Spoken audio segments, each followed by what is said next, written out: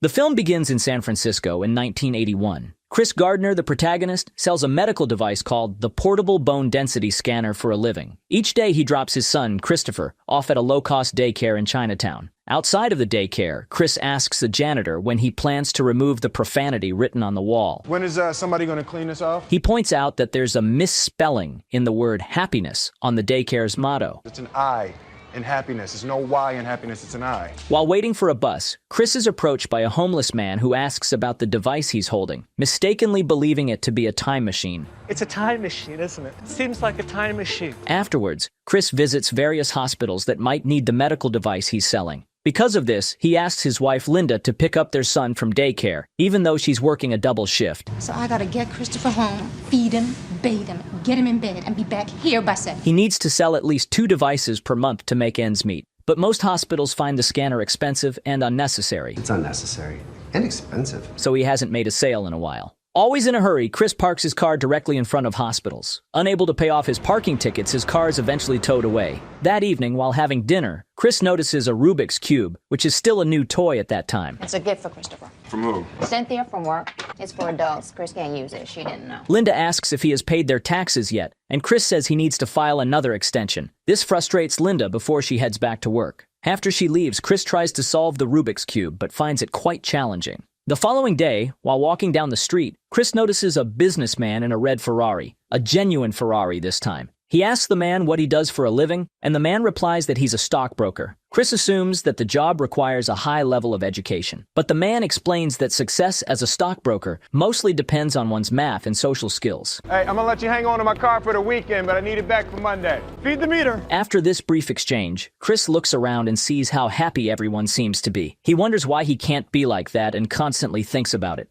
The next morning, Chris tells Linda that he plans to be home by 6 because he's applying for a job as a stockbroker. Linda finds the idea ridiculous, which Chris resents. What job? Stockbroker. Stockbroker. Yeah. Not an astronaut?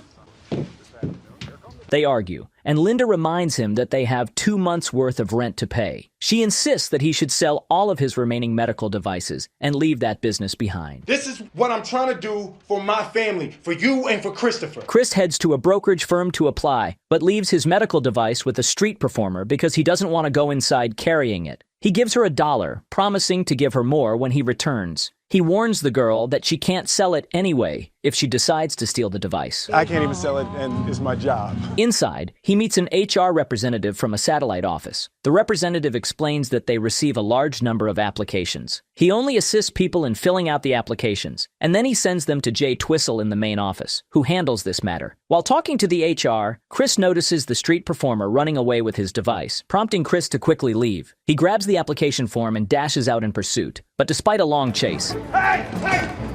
Don't move! Don't move! the street performer escapes on a train. That night, Chris returns home with the application form but can't sleep, berating himself for losing the expensive medical device. The next morning, during breakfast, he watches the news about the Rubik's Cube, which reports that a math professor solved it in 30 minutes. As she leaves for work, Linda asks Chris to return without the device. Chris promises Linda that he will sell it so she won't have to see it anymore. On their way to daycare, father and son discuss the misspelling of the word happiness in the daycare's motto. It's written as PPY, but it's supposed to be an I in happiness. Is fuck spelled right? Yeah, that's spelled right, but that's not part of the motto, so you're not supposed to learn that. That's an adult word. Chris learns from his son that they watch TV series in the daycare instead of having lessons, which annoys him to the point where he reprimands a nanny, saying, He says he's been watching TV. Oh, little TV for history. Love Boat? For history, Navy. That's not the Navy. I mean, he could watch television at home. However, she tells him that he can go and pay more at another daycare. Moreover, she points out that he's often late with his payments, so he has no right to complain. Can you at least put the dog upstairs in your room or something? But Afterward, Chris heads to Dean Witter Reynolds to submit his completed application form directly to Jay Twistle, the head of HR. Their conversation is brief because Jay is in a hurry. After leaving the office, Chris spots the street performer and her accomplice carrying the stolen medical device. Hey! Enraged, he chases after them. Trying to evade Chris, the performer jumps onto a bus. Chris narrates that he spent his life savings on these machines, I spent our entire life savings on these things. believing them to be revolutionary. I even asked the landlord to take take a picture. But most hospitals and doctors saw them as unnecessary luxuries. So if I lost one, it was like losing a month's groceries. After a determined chase, he finally retrieves his device. Sitting at a bus stop, Christopher reminds his father of the promise to sell the devices. You're not supposed to have any of those. Yeah, I know. You have 2 now. Later that day, Linda notices both devices at home and becomes thoroughly disappointed. After giving their son a basketball for his birthday, Chris tries to explain to Linda what happened earlier, but she doesn't want to hear it. Chris promises that everything will be fine, but Linda no longer believes him. In the next scene, Chris catches Jay while he's hailing a taxi and reminds him about the application form he submitted a month ago. Jay tries to excuse himself, saying he has somewhere to be. Sensing an opportunity, Chris lies, claiming he's headed to the same destination, and offers to share a ride. Jay reluctantly agrees, and they both get into the taxi. Inside the cab, Chris talks about his skills and personality, but Jay is too focused on solving a Rubik's Cube to listen. Chris notices and offers to solve the cube to catch Jay's attention. No, I'm pretty sure I can do it. No, you can't. Let me see it. Skeptical, Jay hands it over. Chris explains the mechanics of the puzzle while working on it, and the taxi driver listens intently, holding his own cube in his hand. Jay jokes that he'd drive around all day just to see Chris solve it. Before Jay reaches his destination, Chris completes the puzzle, impressing both Jay and the driver. Good job. However, Jay leaves Chris behind, which means that Chris has to pay the fare. With only $5 in his wallet, Chris tells the driver to drop him off a couple of blocks away. When the car stops at a light, he tries to flee, but realizes he left his medical device behind. He runs back to grab it. I'm sorry! I'm sorry! Prompting the driver to chase after him, threatening to kill him. Chris manages to escape by diving into the subway and boarding a train. However, as the doors close on his hand, he loses the medical device. The same homeless man who mistook the device for a time machine sees it left behind. That evening, Chris calls Linda to apologize for not being able to pick up Christopher from daycare. Furious after missing her shift, Linda tells Chris that she and Christopher are leaving. Sure enough, when Chris gets home, he finds his wife and son gone. At that moment, he receives a call from Jay, who tells him to write down his secretary's number so they can talk the day after tomorrow. With all of Linda's belongings gone, Chris can't find a pen and has to memorize the number. 0256. Yeah, extension 4796. Yes, sir. 415-864-0256. Okay, bye. All right, yes. Thank you very much. We'll see you soon. He rushes to a nearby store to write it down, but a friend approaches, talking about a recent football game. 119, 120, double overtime. Blam, Wayne. Can't talk to you about numbers right now. What's your problem with numbers? Chris struggles to remember the number while listening to his friend, talking about scores. And you owe me money. You owe me $14. I'm gonna get that to you. I need my money. 14's a number. The following day, Chris catches up with Linda, who has just dropped Christopher off at daycare. Leave me alone. Never take my son away from me again. After Linda says she's no longer happy, Chris allows her to leave, but insists that she can't take their son. That day, Chris returns to the daycare earlier than usual and picks up Christopher before Linda arrives. He takes his son home. That night, the landlord asks Chris for the rent, but Chris promises to pay later. The landlord suggests moving to a nearby motel, which is half the cost of the apartment. He demands that Chris leave by the next morning since painters are coming. Chris pleads with the landlord to let him stay longer and offers to paint the apartment himself. I gotta have some more time. I got my son up in here. The landlord agrees, giving Chris one more week as long as he paints the rooms. The next day, while painting the walls, Chris hears a knock on the door. He opens it to find 2 policemen who instruct him to accompany them to the station. Chris pays his parking ticket at the police station, but the officer tells him it will be verified at 9:30 a.m. We verify at 9:30 tomorrow morning. Yeah, you gotta stay until this thing clears. I can't spend the night here. I have to pick up my son. I have a job interview at Dean Witter at 10:15 tomorrow morning. I cannot stay 9:30 here. tomorrow morning. What am I supposed to do with my son? Maybe we can go and have social services pick him up. With no other option, Chris calls Linda to look after Christopher while he's gone. Linda agrees but says she'll return Christopher late. As a result, Chris spends the night at the station.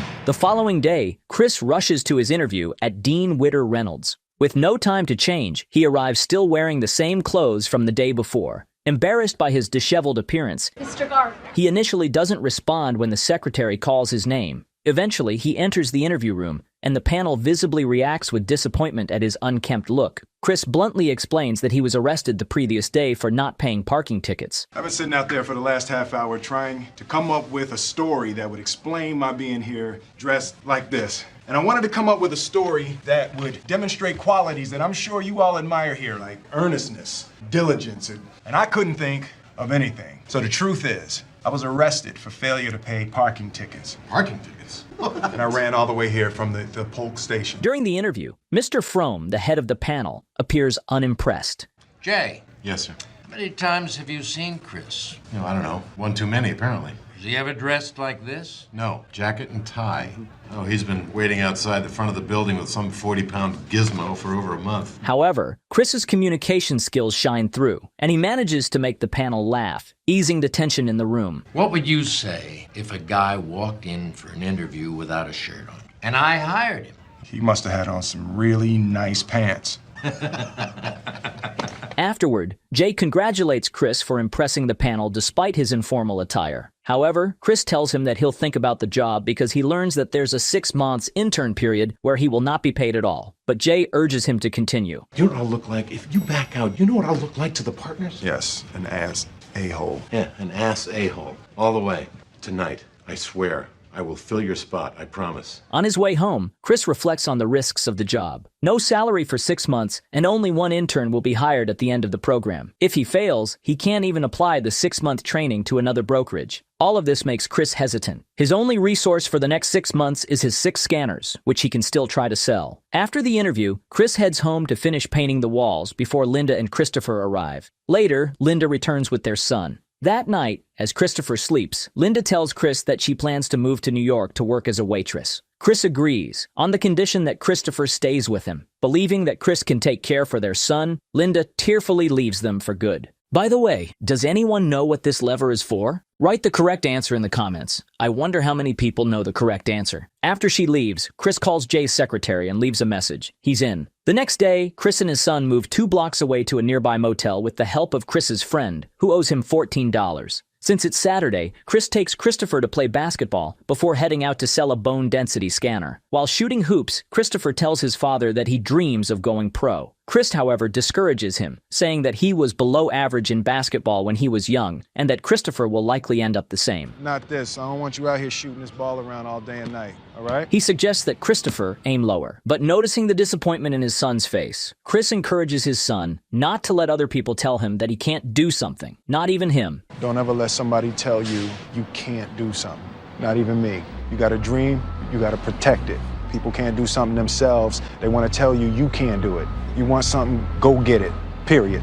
They then head to a hospital to sell the scanner, and the hospital agrees to buy it, giving them some much-needed cash. When cashing the check, Chris lets his son buy a chocolate bar. The following day, Chris starts his internship, learning about the trade. The internship coordinator tells the group they need to do whatever it takes to attract clients. But if you have to have lunch with them, have breakfast with them, if you even have to babysit for them, you will do whatever it takes to familiarize them with our packages. He explains that in addition to passing the exam, they'll need to secure contracts to be hired. During his lunch break, Chris meets Mr. Frome on the street. Their conversation is cut short when Chris spots the scanner he lost during his escape from the taxi driver. He sees a homeless man carrying it and chases after him, only to be hit by a car. The driver politely asks if he's okay. Hey, asshole! Are you alright, asshole? But Chris realizes that one of his shoes has fallen off. He limps back to the program with just one shoe. Hey man, you're missing a shoe. Oh, yeah, thanks. Thank you. And must go around the city like this for the rest of the day. Dad, you don't have a shoe. Afterward, the film shows a series of scenes where Chris is constantly ordered around to buy things for his internship coordinator. He feels underrated and unappreciated. Every day after his internship, Chris rushes to catch the bus by 4 p.m. to pick up his son from daycare, and then takes the crosstown bus to make it home by 10 p.m. He continues to struggle with rent payments at the motel. Hey, Chris! Hey, Ralph. I'm waiting! All right, I got that for you, Ralph. I'm gonna get that for you. At the brokerage, all the interns work their way through call sheets, contacting potential clients from the bottom up, aiming to eventually reach CEOs. Although interns are expected to stay until 7 p.m., Chris needs to pick up his son, so he only has 6 hours instead of 9 to do his job. To maximize his time, he's not hanging up the phone in between calls, saving 8 minutes each day. He also avoids drinking water to cut down on bathroom breaks. Despite these measures, after 2 months, he still can't progress through a full call sheet. Frustrated, he decides to break protocol and jumps up the list, calling to the CEO of the company directly. To his surprise, he manages to secure a meeting with Walter Ribbon. Can you be here in 20 minutes? 20 minutes, absolutely. Just had someone cancel. Come now. I can give you a few minutes before the 49ers. Monday Night Football, buddy. As he's rushing out of the building, his internship boss asks him to move his car. Chris explains that he has a meeting with Ribbon, but the boss insists. And you have to jimmy that. Jimmy what? You have to jimmy the key, and the other doors don't unlock. Chris wastes precious time struggling with the jammed door and searching for a parking space. Unable to find one, he drives to Walter Ribbon's office in his boss's car, but gets caught in traffic, causing him to miss the meeting. I'm Chris Gardner. I have an appointment with Walter Ribbon. Oh, you just missed him. On his way back, he finds a parking ticket under the windshield wiper. That night, at a diner, Chris fills up a check to pay that parking ticket. Parking ticket. We don't have a car anymore. He tells his son to assist him at a business meeting this weekend. Christopher initially refuses, but his father convinces him to come by, saying that they might possibly go to a football game. In fact, he hopes that Mr. Ribbon will invite them to a game. Possibly. The following morning, as they head to Walter Ribbon's house, Christopher asks when they will be going to the football game. I said possibly we're going to the game. Do you know what possibly means? Like probably? No, probably means there's a good chance that we're going. Possibly means we might not. I know what it means. What does it mean? It means that we're not going to the game. How did you get so smart? 'Cause you're smart. He then knocks on Mr. Ribbon's door. Chris thanks him for the opportunity the previous day, despite missing it, and claims they were visiting a close friend in the neighborhood. He also lies about their plans to attend the football game, and his strategy works. Mr. Ribbon invites the father and son to join them in the box seats. Hey, you guys want to come with us? We're going now. Come with us. Where are your seats? We have upper deck. We got a box. Come on. You want to sit in the box? No. Well, it's not actually a box. It's private section. It's more comfortable. You want to go? Okay. To appear like a successful manager, Chris hides the fact that he doesn't even own a car. Hey, why don't you just put that in your car? Sure. We don't have a car. Ah! Oh my God. What happened? I think I got stung by a bee. During the game, Mr. Ribbon admits he likes Chris, but says there's no chance he'll accept his offer. Come on, relax. Enjoy the game. Nevertheless, Chris and his son enjoy the game from the box, and Chris gets to network with Mr. Ribbon and his business companions. After 4 months, Chris has sold all his scanners, giving him just enough money to make it through his internship. However, this progress is abruptly halted when the IRS seizes his bank account for unpaid taxes, leaving him broke. Chris, don't jerk me around, okay, Chris? I'm not jerking you around, Ralph, all right? I'm gonna get it. Desperate for some cash, Chris asks his friend for the money he's owed, but his friend believes the debt was already settled when he drove Chris and Christopher to the motel. You drove me 2 blocks, Wayne. That's 200 yards. Frustrated, Chris argues with him until the friend slams the door in his face. Get my money! All over me for $14. Get my money, Wayne! Later that day, while watching his son play at a playground, Chris spots the medical device he lost on the subway. He catches the homeless man carrying it and finally retrieves the scanner. However, the homeless man starts shouting that he needs the time machine to go back in time to see Jimi Hendrix burn his guitar. Bring back my time machine! Bring my time machine back! Chris and Christopher rush to sell the device, only to discover it's broken, though the hospital promises to pay once it's fixed. Chris, just come back when it's working. No, I have to fix it now. No. Chris is distraught. That night, they return to the motel, only to find their belongings outside the room. Chris tries to open the door but discovers the lock has been changed. Exhausted, Christopher begins to cry, begging his father to let them in. Open the door! Did you hear what I said? Let's go. Open the door! Stop it! Desperate for a place to stay, Chris seeks help from the friend who owes him money. Wayne! Wayne! But Wayne won't even open the door. With no other options, Chris and his son are forced to move again despite their exhaustion. They end up in a train station where Christopher points out that the device isn't really a time machine, as the homeless man had claimed. To lift his son's spirits, Chris pretends it is. Yes, it is. He presses the button and acts as if they're transported back to the time of dinosaurs, inviting Christopher to join the fantasy. Chris tells his son they need to hide in a cave from the dinosaurs. A cave. We gotta find a cave. Come on. They move to the bathroom, playing along with the game, and stay there for the night. While his son sleeps, Chris quietly cries, feeling the weight of this low point in his life. He covers Christopher's ears when people pound on the door. The next day, Chris heads to work with his suitcase. Jane notices and asks where he's headed, prompting Chris to make up a story about going to Sacramento to play golf with potential clients. Awesome. Hey, let him win around. In the next scene, Chris and Christopher try to find shelter at a homeless center, but are turned away because it's only for women and children. Now, he can stay here, but you have to find someplace else to go. We gotta stay together. A staff member directs them to another shelter a few blocks away, and they rush to make it by the 5 p.m. cutoff. After waiting in line, they're almost denied a spot because the shelter is nearly full. Luckily, they secure a room after security finds that the person in front of them tried to cheat his way to the front of the line. Inside the homeless shelter, Chris tucks in his son and then tries to fix the broken scanner. He finds broken parts in it. The man reads his books under streetlights since the electricity is turned off at night. The daily routine of lining up at the homeless shelter becomes part of Chris and Christopher's life. Hey, why don't you leave it? We can't. We're gonna have a different room later. So Chris brings his suitcase to work every day and tells everyone different stories about why he's carrying it. He learns how to finish his conversation with clients quickly because he and his son have to get in line early to the homeless shelter. One day, Chris and his son attend a mass at the homeless shelter. After, Chris studies for the next day's internship exam. The following day, Chris finishes his exam quickly to join the shelter line in time. On his way out, Mr. Frome, just stepping out of a taxi, asks Chris to lend him some money since he forgot his wallet at the office. Despite his limited funds, Chris gives him $5. Unfortunately, he and Christopher are late to the shelter that night and must find another place to stay. To earn money, Chris donates blood and uses the payment to buy the part needed to fix his device. What's that? It's to repair the light. Can I see it? Yeah, sure. Just don't break it. Unless you want to sleep in the room with me for the rest of your life.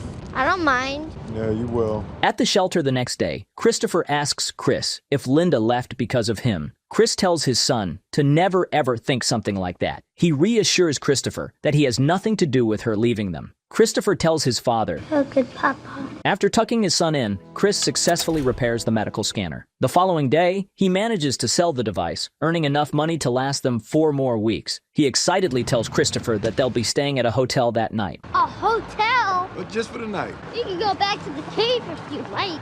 No, thank you. Ever? I hope not. They spend the night in a decent hotel, enjoying the comfort of a TV. The next morning, Chris and his son escape the harsh atmosphere of the city by going to the beach. Over time, Chris secures contracts with several of Mr. Ribbon's friends he met at the football game. In the next scene, Jay congratulates Chris on his final day in the internship program while they're in the bathroom. He commends Chris for securing many clients and tells him that, regardless of what happens next, he did a fantastic job. The message feels like a farewell speech, which makes Chris even more nervous. Later, Chris is called in by his internship coordinator, who leads him to Mr. Frome. Noticing Chris is wearing a new shirt, Mr. Frome comments on it. Chris tells him that it's because he's on his last day as an intern. Mr. Frome replies that he hopes Chris will wear it again tomorrow, because tomorrow will be his first day as a full-time employee. Was it as easy as it looked? No, sir. No, sir, it wasn't. Chris can't hold back tears and thanks the panel. Mr. Frome returns the $5 he had borrowed from Chris. Afterward, Chris walks out of the building, narrating that this part of his life is called happiness. He heads directly to the daycare to pick up his son and embraces him tightly.